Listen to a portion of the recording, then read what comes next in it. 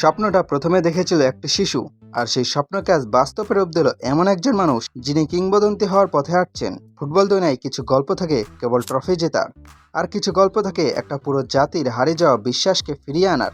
Erling ব্রট Haaland, এই নামটি আজ শুধু একজন ফুটবলারের নাম নয়, এটি নরওয়ের কোটি মানুষের আবেগের আরেক নাম।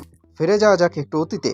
যখন হ্যালান্ড জন্ম নেন তখন নরওয়ের ফুটবলে বিশ্বের কোনো পরাশক্তি তো দূর, বিশ্বকাপের নিয়মিত দর্শকও ছিল না। 1998 সালে ফ্রান্স বিশ্বকাপের পর দীর্ঘ 28টি বছর নরওয়ে ফুটবল যেন এক গভীর ঘুমে আচ্ছন্ন ছিল।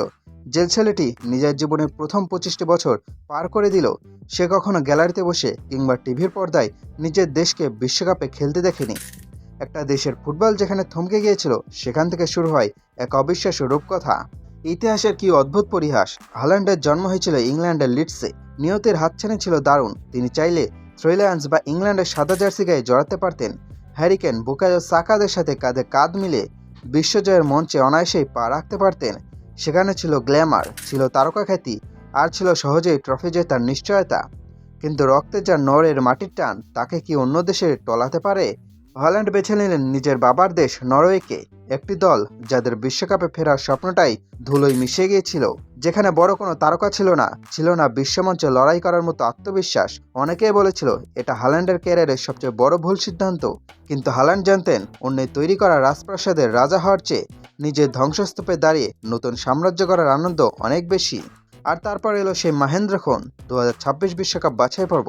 ইউরোপিয়ান অঞ্চলের প্রতিটি ম্যাচ যেন ছিল একটি যুদ্ধক্ষেত্র, আর সেই যুদ্ধের একমাত্র সেনাপতি হয়ে উঠলেন আর্লিং হ্যালান্ড। যখনই দল বিপদে পড়ছে, যখনই ডিফেন্স ভেঙে পড়েছে, তখনই গর্জে উঠেছে তার বাপা, 1-2-3 করে একে 16টি গোল। হ্যাঁ, বাছাই পর্বে একাই 16টি গোল করে নরওয়ের দীর্ঘ 28 বছরের অপেক্ষার অবসান ঘটালেন তিনি।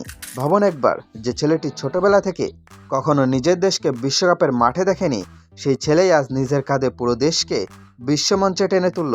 এটি শুধু যোগ্যতা নয়, এটি এক পরম প্রতিজ্ঞা। নরওয়ের প্রতিটি অলিতে গলিতে আজ একটাই ধ্বনি, হ্যালান্ড হ্যালান্ড। বিশ্বকাপ শুরু হলো, অনেকেই ভেবেছিল বাছাই পর্বে নরওয়ে চমক দেখালেও মূল মঞ্চের চাপ তারা নিতে পারবে না।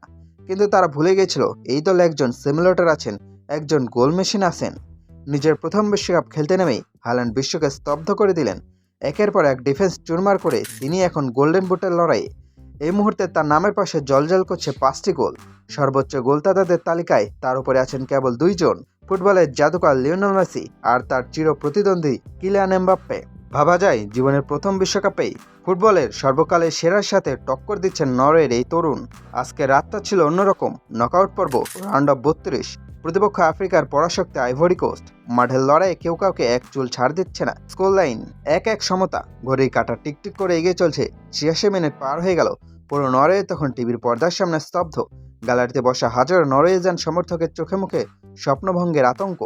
আরও কি একবার, তবে বিদায়ের ঘন্টা বাজবে? আরও একবার কি স্বপ্নটা অধরাই থেকে যাবে? ঠিক তখনই মঞ্চে এলেন সেই চেনা মানুষটি। ডিফেন্ডারদের ফাঁকি দিয়ে চিতার গতিতে বলটা জালে জড়িয়ে দিলেন আর্লিং হ্যালান্ড। একটি গোল, একটি মুহূর্ত, এবং একটি পুরো জাতির বাঁধভাঙা উল্লাস। আর্লিং হ্যালান্ড আজ শুধু একজন সাধারণ স্ট্রাইকার নন, তিনি নরওয়ের কোটি মানুষের বুক চিরে আসা দীর্ঘশ্বাসের জবাব।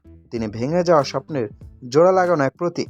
ইতিহাস তাকে মনে রাখবে, কারণ তিনি সহজ পথ বেছে নেননি, তিনি বেছে নিয়েছিলেন কঠিন পথ। আর সেই কঠিন পথেই আজ তিনি হেঁটে চলেছেন ফুটবলের অমরত্বের দিকে।